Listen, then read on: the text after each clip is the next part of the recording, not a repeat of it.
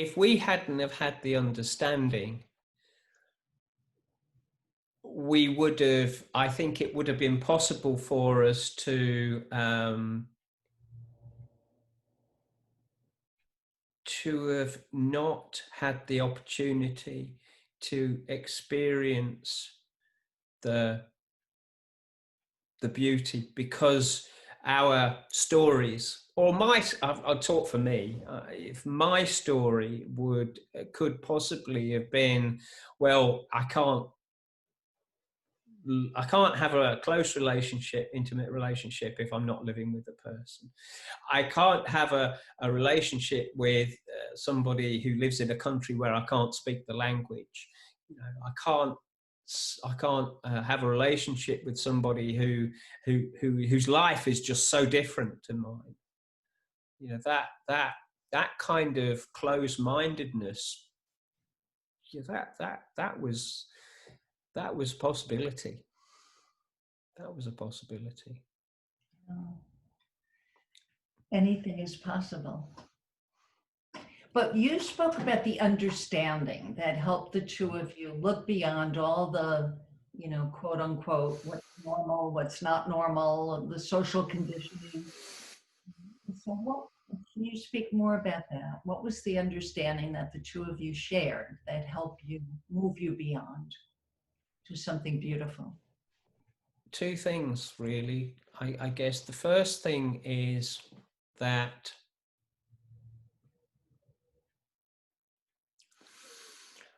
we had a growing understanding of where our experience of life was coming from. So in reality, when I had those questions in my mind about, well, you know, this can't work because it's, you know, I don't understand the language. I'm not part of the culture. I don't understand poetry. You know, I don't understand art. This person is completely different to me.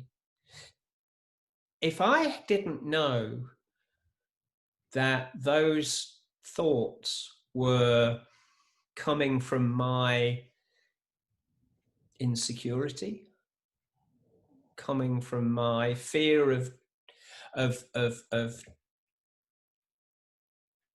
trying something new, from my fear of from my worry about whether it could work or not. If I didn't know that that was what was going on, that was what the feelings were, the insecure feelings, then it would have been very, very easy to convince myself that what my thoughts were telling me were true.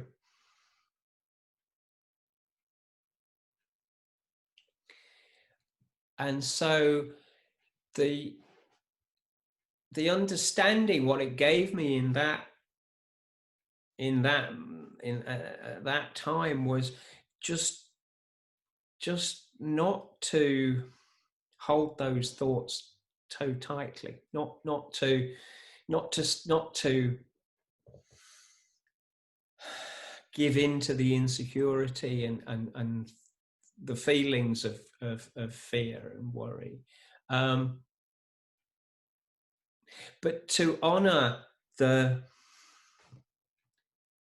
wonderful feelings, you know, to honor the attraction, and to be willing to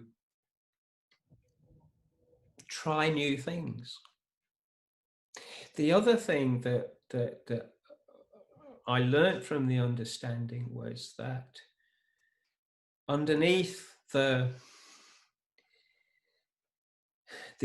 contaminated thinking that I have had for most of my life, there was a space. There was a deeper dimension to me, and I think what that allowed me to do was, when I touched this deeper dimension, when I slow down, when I settle down and pay less attention to my noisy thinking, then what comes out of me from that space is much kinder, much more compassion, much more love. And so what I found with my partner was with the understanding, we could tell when we were in that space. And that's when I was speaking to her from that space, she was hearing it with that space too. And not always, but when I wasn't in that space and I was speaking from the insecurity and the fear and the worry and the noise and then either one of us could kind of get a sense of where we were coming from, and so we had this instead of us both coming talking from that place of contamination, one of us could kind of step back and speak from that place of love. And often the conversation would be, I might be going, nah, this, that, and the other, and she would be able to step back and say, I can see you're suffering. How can I help? Instead of reacting to my noise. And vice versa. And that makes for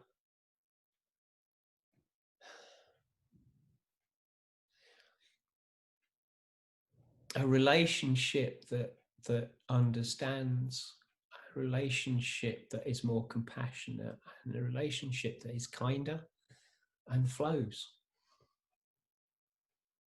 I love what you said about the ability, every human has the ability to not react to another person as long as they're cognizant of where that person is coming from. They're coming from their own upset. That's all, like you call it, contaminating thoughts that contaminate our space of well-being and love.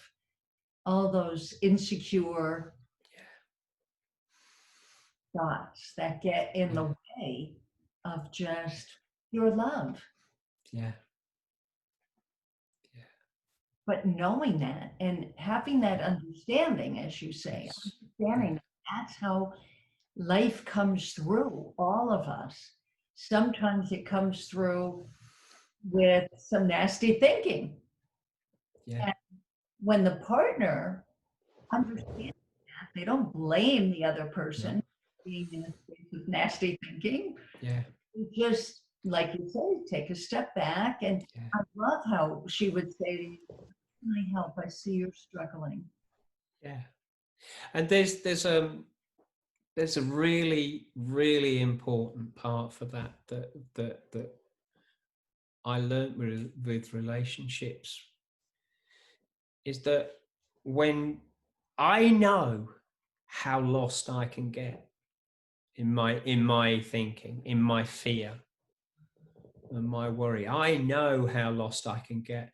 And I know that every time at some point it flows through and I'm in a different place and the world looks different.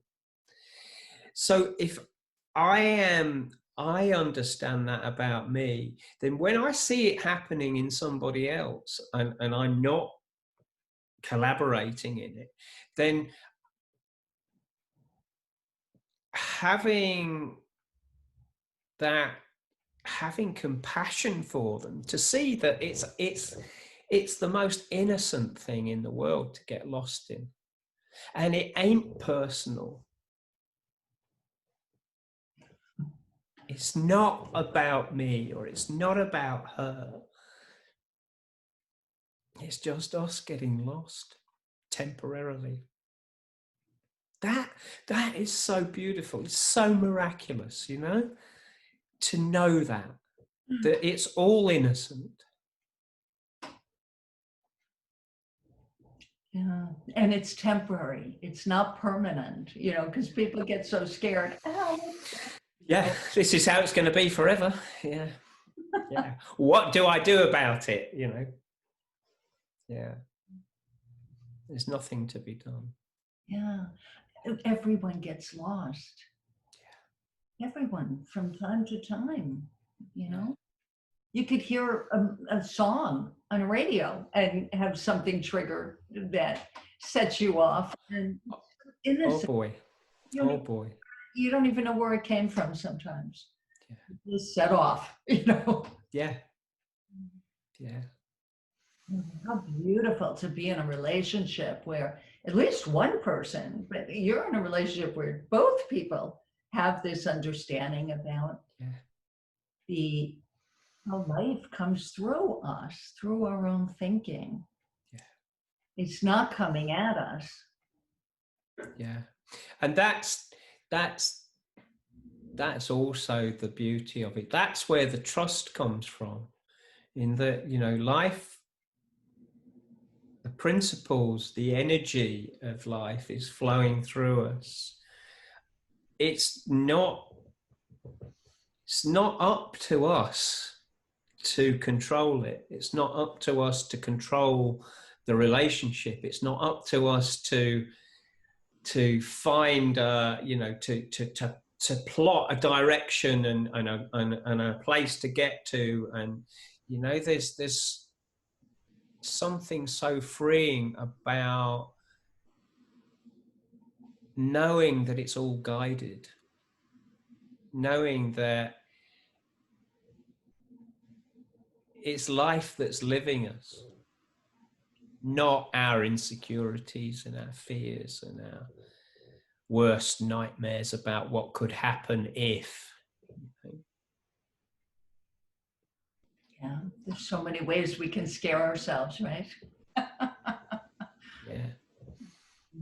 And that's just our story, isn't it? You know, we have a story about ourselves, we have a story about the other person, we have a story about how life should be. And I think that's not who we are. Yeah. We aren't our story. And when we show up in that place without our stories, that's when true connection, that's when there is no separation.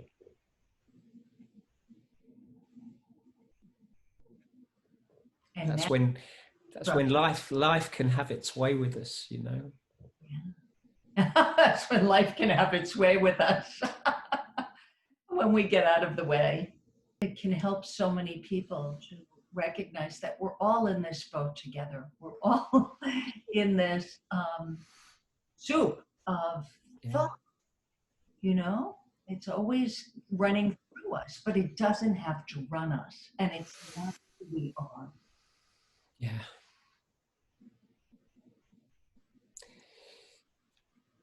There's always a beautiful feeling to think back into. Yeah. Go back into. Yeah. And that's so valuable for people to look for that rather than caught up in what they think is happening in that moment to them. Yeah. And that's the guidance system, isn't it? You know, when we're caught up and we're in, you know, in having arguments or disagreements and feeling angry or feeling sad or feeling, then the only thing that the feelings are telling you about is that you're in the illusion, that you're You're not in what is, you're in what isn't. And what is who we really are. What is that space of connection, that space of pure love, the absence of judgment, the place where you know, the kindness and compassion and the seeing of innocence, that's where it comes from. That is what is true. That is what is true. And like you say, beautifully, it's the feeling that tells us that. The system is so well designed. We just misunderstand it, don't we? Right. We're a part of an amazing design. And that's all it is to gain an understanding. Now we have like the, not the workbook, but the guidebook, right? It's not, how would you describe it? We just have a way to understand how we work through mind, thought, and consciousness. That's what's taking this loving, pure energy and bringing it into this physical world that we experience. And then with our ability to think, we make up all sorts of thoughts, good, bad, and indifferent. But yet we have the guidance system, as you say, our feelings. We can feel when our thinking has run amok. Yeah. And we can get back on track just by, recognizing. Now, we just got caught up and apologize, and, and then it's over. It's over. Nothing to talk about, even. The old way was, I had a client earlier who was talking about how he used to get into talking about upsets with his partner. Like they honestly thought the way to get better is to figure out or understand what the upset was about. Yeah. And the only understanding anyone needs is to know where upset comes from. It comes from an upsetting story we're telling ourselves. Yeah. And that's very much like the going back into the past, even if it was only half an hour ago, and try and find the answer. Right. That's like we're trying to fix our thinking with our thinking. Right. Trying to fix our thinking with our thinking. Mm. Yeah. Yeah. Instead of recognizing the innocence of it. Right. There's no blame. There's no getting it right or wrong. It's just us getting lost again in the moment. Having a human moment. Exactly. Client who would say, "Oh, I know now. I know what happens when, and when I get caught up, I just say, oh, I'm sorry, my human is showing." Yeah. Whoops. I said to her, "I'll borrow that. I really like that line. My human is." Yeah. So who can't relate to it? Exactly. We're all the same. We're all the same. We all work the same. Yeah. It's so comforting to know that nobody's better than anyone else. Nobody's less than anyone else. We're all coming from the same exact oneness of life, this spiritual unknown magic. Yeah. Magic.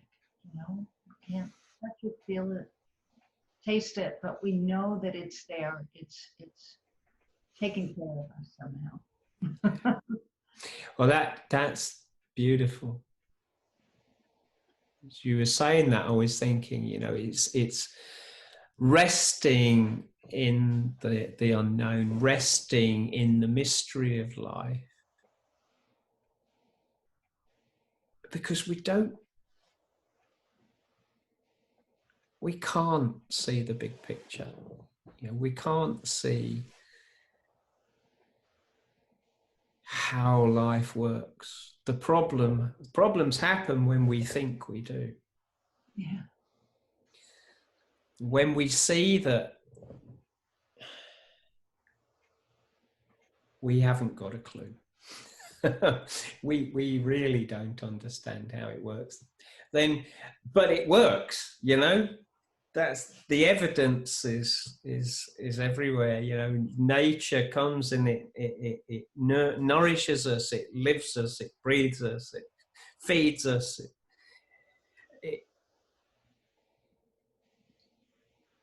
it brings us back into balance without us having to do it. So we don't have to know.